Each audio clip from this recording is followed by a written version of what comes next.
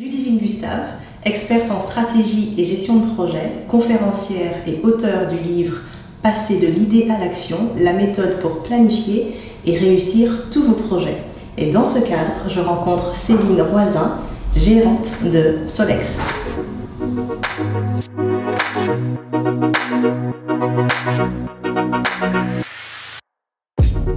Je suis Céline Roisin, je suis la gérante du bureau d'études Solex. Donc Solex est un bureau d'expertise en dépollution des sols. Nous fournissons des études pour différents types de clients, principalement des PME, des plus grosses entreprises, des pouvoirs publics, des particuliers, des développeurs de projets immobiliers et autres. Donc notre travail, c'est d'étudier la pollution des sols, déterminer si un site est ou n'est pas pollué.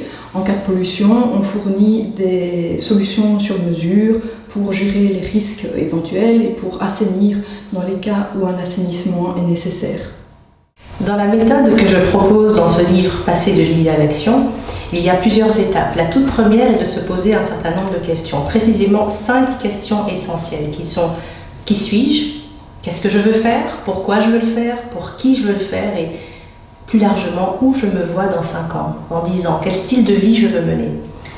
Alors Céline, ma première question pour toi est quel a été ton pourquoi qui t'a motivé à passer de l'idée à l'action ? Alors moi j'ai travaillé pendant plusieurs années dans le secteur de la dépollution des sols et puis j'ai voulu créer ma propre entreprise. Tout d'abord pour le faire à ma sauce, je vais dire, avoir les commandes, faire les choix, poser les choix, assumer les choix. Et puis pour pouvoir aussi combiner plus facilement la vie professionnelle et la vie familiale.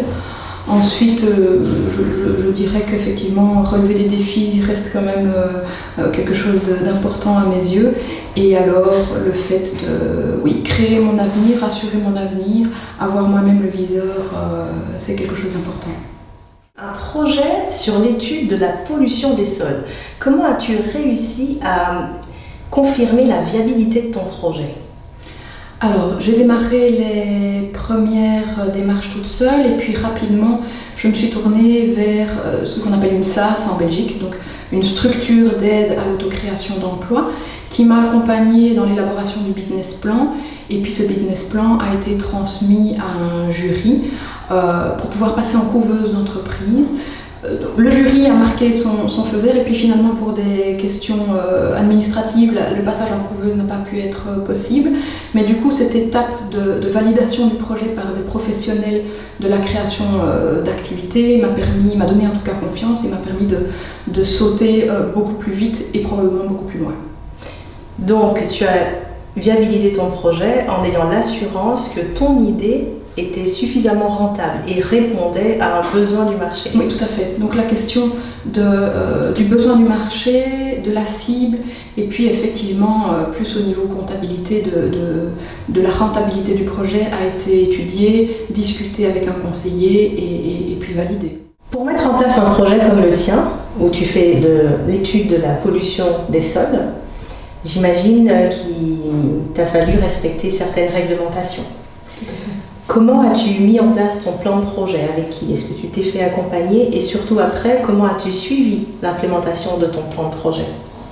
Alors, des objectifs annuels ont été établis, ainsi que des objectifs à plus long terme, donc classiquement à 3 ans. Le suivi se fait, je ne vais pas dire au quotidien, mais enfin quand même de manière hebdomadaire, principalement sur base de la comptabilité, sur base des chiffres. Ça a bien fonctionné au début et puis je me rends compte maintenant que ça ne suffit plus. Donc on est en train de modifier avec l'équipe le système d'organisation et le système de suivi de l'entreprise. Effectivement, quand on passe de l'idée à l'action, il faut aussi penser aux différentes étapes par lesquelles la structure va passer. Et une fois que le projet est mis en place, on arrive donc naturellement, et je vous le souhaite à tous, et c'est ce qui est prouvé ici pour Solex, à un développement d'équipe. Donc on n'est plus simplement soit sur son projet, mais on fait intervenir plusieurs personnes. Et pour le bon développement du projet, il faut aussi mettre en place un cadre de suivi pour s'assurer que toutes les actions prévues sont bien réalisées et au bon moment. La beauté d'un projet, c'est qu'on rentre dans l'inconnu. On sait ce qu'on veut faire, on sait ce qu'on veut mettre en place, mais on ne maîtrise pas l'environnement. Donc on peut faire face à des challenges, à des risques. Céline, comment as-tu contourné ou comment as-tu fait face aux challenges que tu as rencontrés sur ton projet? Comme je n'ai jamais prétendu avoir toutes les connaissances et toutes les compétences, et loin de là, et que du coup j'ai des limites que j'essaie de repousser en m'informant et en me formant de manière continue, j'ai quand même toujours cherché un soutien, bon, à la fois au niveau de l'entourage, qui dans mon cas effectivement est soutenant, mais aussi au niveau de professionnels. Donc je me suis fait encadrer et accompagner au niveau d'abord d'une structure d'aide à l'auto-création d'emploi, où je bénéficiais d'un accompagnement par un conseiller pendant 3 ans. Et puis maintenant, l'étape d'après a été de nouveau de passer un jury et de bénéficier d'un accompagnement par un chef d'entreprise expérimenté. Et effectivement, j'en tire énormément de bénéfices parce qu'au niveau de la vision, au niveau de l'expérience, voilà, on ne parle pas de la même chose. Je bénéficie vraiment d'une aide importante à ce niveau-là. Très bien. Dans le chapitre leadership du livre Passer de l'idée à l'action, la méthode pour planifier et structurer tous vos projets, vous verrez que c'est un élément clé qui est développé. Pour réussir son projet, une des clés est de savoir s'entourer. Vous n'êtes pas censé tout maîtriser. Vous n'êtes pas censé avoir toutes les compétences. N'hésitez pas à lire ce qui est proposé ici, mais effectivement s'entourer de mentors, donc de personnes qui ont de l'expérience dans votre domaine ou pas, ou dans le type d'implémentation de votre projet, va vous faire avancer beaucoup plus vite. Ou encore de continuer à vous former et à vous informer dans votre secteur d'activité. C'est important d'avoir déjà en tête le prochain projet que vous mettrez en place dans votre structure pour ne pas vous retrouver juste devant une nouvelle étape sans savoir quoi faire. Céline, pour ton prochain projet, qu'est-ce que tu reproduirais de la même façon ou qu'est-ce que tu ferais autrement? Alors, je pense que j'essayerais de savourer un petit peu plus chaque étape parce que les étapes s'enchaînent assez rapidement. Donc chaque étape est déjà imaginée, visualisée à l'avance. Donc il y a une série d'étapes, un enchaînement d'étapes qui s'enclenche. Donc là ça fait quand même plus de 4 ans. Alors c'est efficace, mais c'est fatigant, c'est stressant. Et je pense que de pouvoir s'arrêter à un certain moment et marquer le coup quand quelque chose a bien fonctionné, c'est vraiment important. Tout à fait. Dans le livre Passer de l'idée à l'action, je propose aussi d'inclure dans votre plan de projet des temps de célébration. Parce qu'effectivement, on planifie, puisqu'on est orienté résultats, bénéfices, ce qui est très important. Mais il faut aussi penser que nous sommes des hommes et des femmes et qu'on a besoin de se renouveler aussi et de savourer et de profiter d'un temps de célébration en équipe idéalement parce que ça crée des liens et ça renforce la motivation. Mais c'est vraiment essentiel. C'est vraiment essentiel. Je te rejoins tout à fait.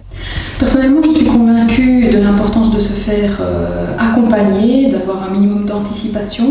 Effectivement, quand on n'a pas l'ensemble des compétences, eh bien, de se faire aider en tout ce qui est stratégie, gestion de projet.